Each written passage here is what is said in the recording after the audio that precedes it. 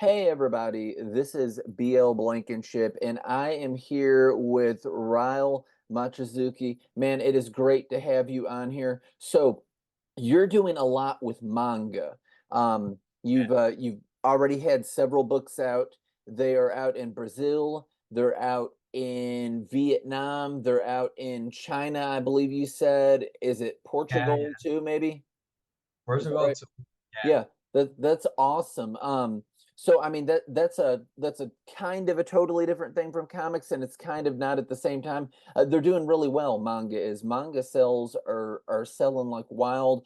I've had a few people that have bought my Zorro Kills #1 comic, and they said what they liked about it is they like that it's in black and white, which you got like some good black and white like art stuff in a lot of mangas and everything. And then of course in the back of that, the reverse side, I have Phuket Mama, and I said, I want it to be like kind of manga stuff and everything like that. And I basically just it's more or less like a prologue of the manga that I would want to write because I'm like they don't even have anything in like old timey Thailand or Siam as it was. So I went ahead and I made it there. But yeah, so I had looked at one of these mangas that you have out, and it is an intergalactic thing. It kind of reminded me of Star Wars a little bit. So you have it where you Yeah. can read chapter 0 for free, and it's really super well done. Only I say like Star Wars, but there's also maybe some, I don't know if you'd say Dragon Ball Z or whatever, where they're holding their hand out and they're blasting people with that. Tell everybody a bit about that series and what all's going on with it and how things are rolling and progressing. Yeah. I've been working on this series for a long time, and now I don't have as much time as I like it to have because I work as a freelancer. But I never give up, and I'm always producing and launching it when I can. And I'm very proud of the result. And yeah, I started with the rude influence of Star Wars, Star Trek, and of course Dragon Ball Z. And I mixed those ideas with my own ideas, and I tried to put a lot of feeling and emotion in the story. So I'm glad you liked No, the. I did that. It's really cool. You have a lot of people trying to be tyrannical and taking over a government, and you've got like a presumably like a rightful king that's going to come along and try to undo all of the bad that was done.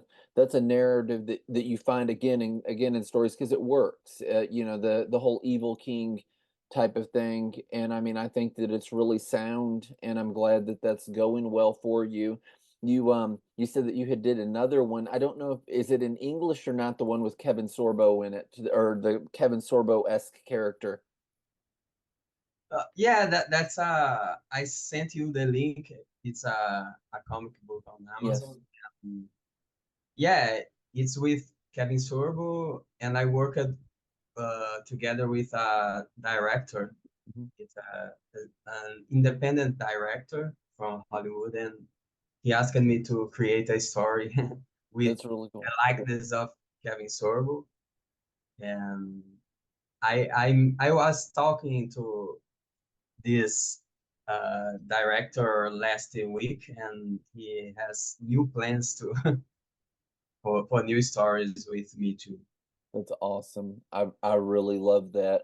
Um, I've worked with a few different artists in South America. I actually had the cover artist of Phuket Mama. It lives in Brazil, and then Claudio, the other guy that I work with, he is in Uruguay.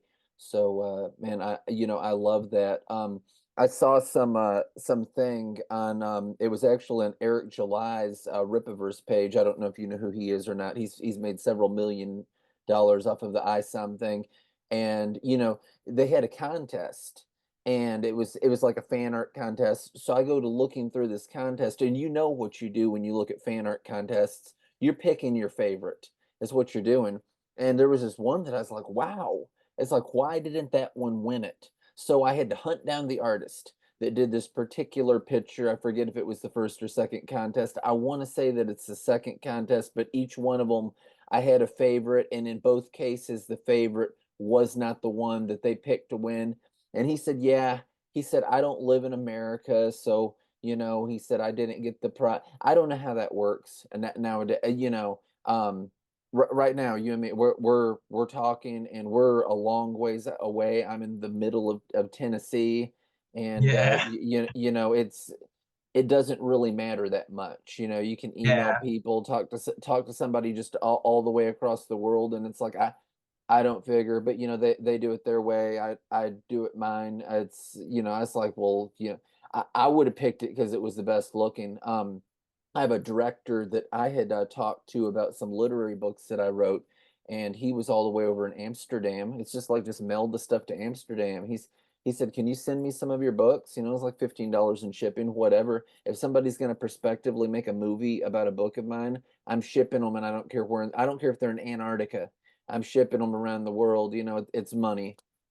I mean, how long have you been in comics? Did you say you've been in it for over a decade? How's that work? The whole manga comic scene with you? yeah. I'm working. I started as a kid, but as a professional over a decade, and it has a lot of ups and downs. But I I always try to be as positive as possible, and I never give up. So sometimes it's very difficult, especially for big companies. They had this uh, problem with they want people that only lives in their country, or a lot of other things. But I never give up, and I'm living in this independent industry for a long time, and I'm very grateful because I improved my art, my skills, and my my stories too. That's excellent. And your artwork looks great. I mean, the parts that you've colored in, the colors great, the black and white, that's awesome.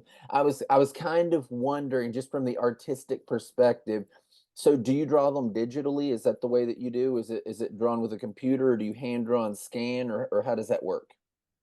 I started drawing uh, with paper, basically, but then I had to think in the future, and I started digitally. So I have the pen display. It's like a monitor, and we Yeah. draw in it. Yeah, I kind of thought that you did like some digital stuff like that, and I know that Todd McFarlane does too. That he's got like the touch screen thing where he's like kind of drawing on the screen and doing all those sorts of things, because you have several effects in your comic that look really cool, and it's like, yeah, he would have to be doing that digital to do those effects easily.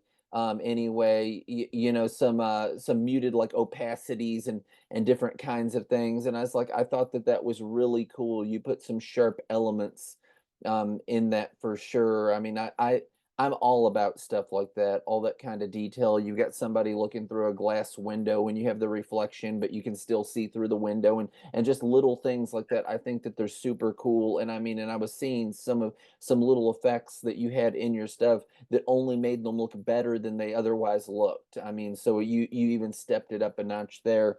um, I'm excited for you. I'm excited for the future of you. You were talking about how there's some people that want somebody to live in their country for comic stuff. I don't see that with the big ones. When I even look at like Dynamite or Marvel or DC, when you're researching that and you're seeing people that say, "Hey, I'm a pencil or whatever," they don't care.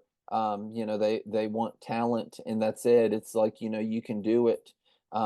So there you have it. And I mean, and I appreciate and I respect that. You just want people to bring it. And that's what I did when I was looking for a cover artist or what have you. It's just who can make the kind of cover that I want them to make. And I don't say, well, you've got to be in Tennessee. I mean, I don't care where in the world they're at, if they're in Indonesia or whatnot. Now, when you said that you're in Vietnam, because I've searched like all around the globe, and I hit up all these comic book stores everywhere. There's comic and manga stores all over the place.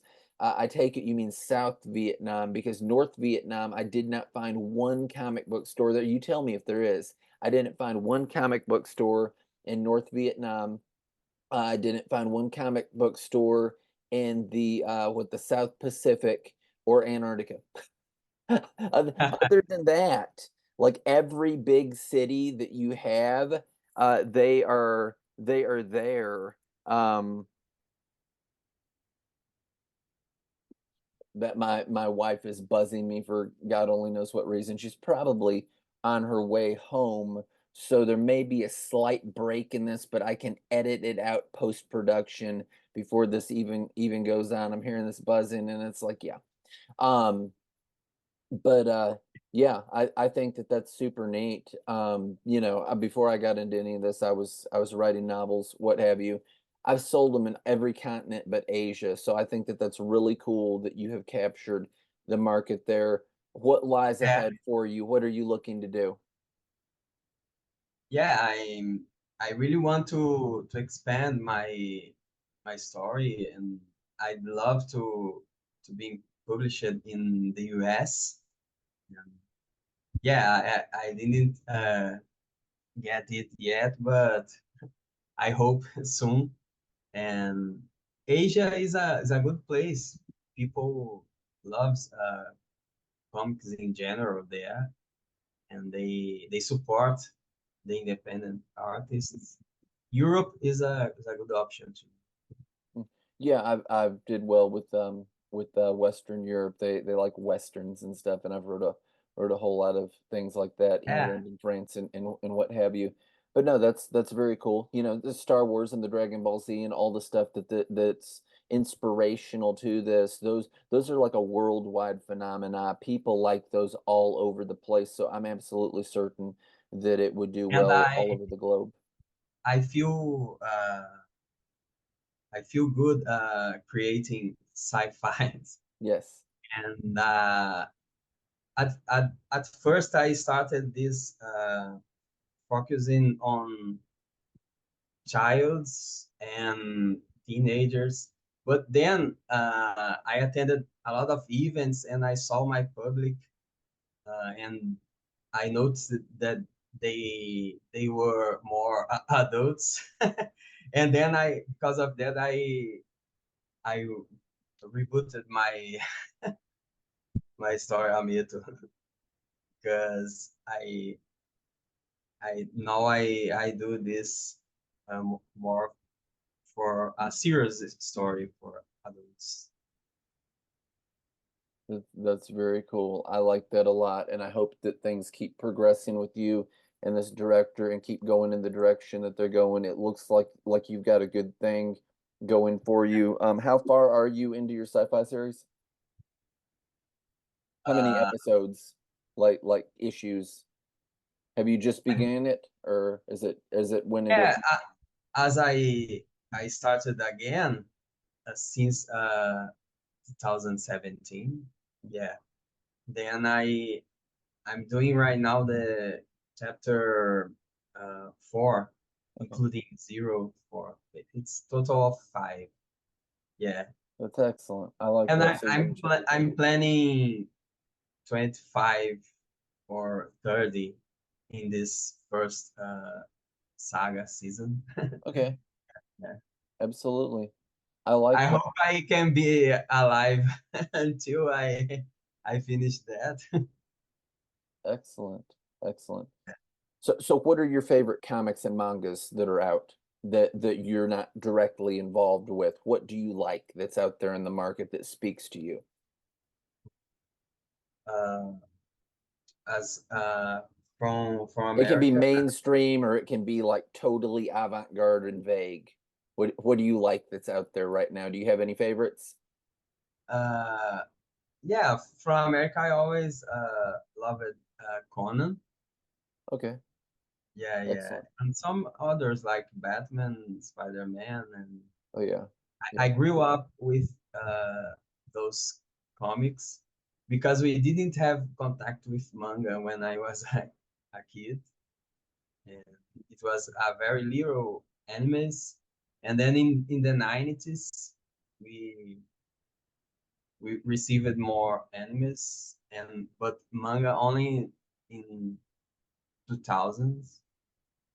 I I got the first manga series, but I love Akira and Berserk. S- They are huge influences. It's absolutely. And also my favorite manga is Slam Dunk. It's about basketball, but I've never played that, but the story is very good.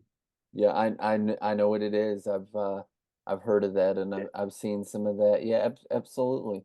Well, that's very cool, and I like Akira too. And I was actually telling the guy when he was doing Phuket Mama, I said I wanted it to be like the style of manga, like Akira, Perfect Blue, and Paranoia Agent. I don't know if you know what Perfect Blue and Paranoia Agent are, but Ba- they're the same style. Battle Angel Alita is a good manga too, and it became a movie with James Cameron, and it's very good. Yeah, yeah. Alita Battle Angel. Battle Angel Alita is the manga. Yeah, I watched the anime of that in the 90s on the Yeah, Sci-Fi Channel. Yeah, so I that's became aware of it through that. a huge influence for me too. I definitely hope they make a sequel of that. Well, it has been awesome talking to you. Do you have anything that you want to say to the comic book and manga world while I've still got you on? I think we talked the important things, but uh, I can say that I hope to get AMETO spread in the US soon, and I will do my best to keep motivated and doing the story. And I invite people to read. You can show them later the link. Oh, the links will all be And attached with this video. Yeah, it'll probably go out on YouTube and all the links will be attached in the description as well. so I Okay. hope people like it, and I will keep motivated to continue. All right. Thank you so much. You have an amazing day. Thank you. Bye bye. Bye bye. See you soon, Blankenship.